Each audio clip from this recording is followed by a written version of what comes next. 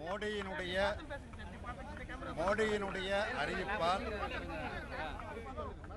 பிரதமர் நரேந்திர மோடியின் அறிவிப்பால் அவர் சொல்லுகிற கருப்பு பணத்தை வைத்திருக்கிற, கள்ளப்பணத்தை வைத்திருக்கிற எந்த நபரும் பாதிக்கப்படவில்லை.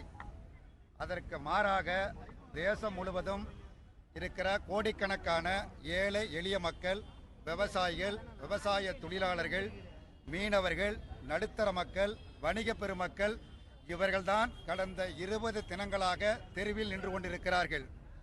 இதுவரையில் 70க்கு மேற்பட்டவர்கள் இந்த பிரச்சனையின் காரணமாக தங்களது உயிரை பலி கொடுத்திருக்கிறார்கள். மோடி அவர்கள் 6 மாத காலம் பொறுத்துக் கொள்ளுங்கள், எல்லாம் சரியாகிவிடும் என்று சொல்லுகிறார். ஆகவே மோடி சொல்வதிலிருந்து நாம் புரிந்து கொள்வது, 70 பேர் மாண்டது போதாது, 700-7000 பேர் மாண்டால் பிரச்சனை சரியாகிவிடும் என்கிற அர்த்தத்தில் மோடி அவர்கள் பிதற்றிக் கொண்டிருக்கிறார்கள். மோடி 8ஆம் தேதி அறிவித்துவிட்டு 9ஆம் தேதி வெளிநாட்டில் போய் தனது சாதனையை பிரசங்கம் செய்கின்றார். இங்கே நாடாளுமன்றத்திற்கு வெளியே தொலைக்காட்சியிலே பேட்டி கொடுக்கிறார், பொதுக்கூட்டங்களில் பேசுகிறார். ஆனால் நாடாளுமன்றம் கூடியிருக்கிறது. நாடாளுமன்றத்திற்கு வாருங்கள் பிரதமர் அவர்களே, நாடாளுமன்றத்திற்கு வாருங்கள். நாங்கள் கேட்கிற கேள்விகளுக்கு, நாங்கள் எழுப்புகிற ஐயப்பாடுகளுக்கு நீங்கள் விளக்கமளியுங்கள் என்று சொன்னால் நாடாளுமன்றத்திற்கு வர மறுக்கிறார்.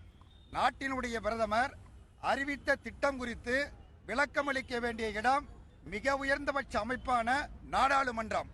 அந்த நாடாளுமன்றத்தை அவமதிக்கக்கூடிய முறையில் நாடாளுமன்றத்தை புறக்கணித்துவிட்டு வெளியில் சவடால் அடித்துக் கொண்டிருக்கிறார். ஆகவே எதிர்க்கட்சிகள் நாடாளுமன்றத்தை முடக்கவில்லை. பத்திரிகைகளும் தொலைக்காட்சிகளும் நாடாளுமன்றம் முடங்கியதால் 22,000 கோடி ரூபாய் இழப்பு என்று அறிவிக்கிறார்கள். இந்த இழப்பிற்கு காரணம் எதிர்க்கட்சிகள் அல்ல, பிரதமர் மோடிதான் காரணம்.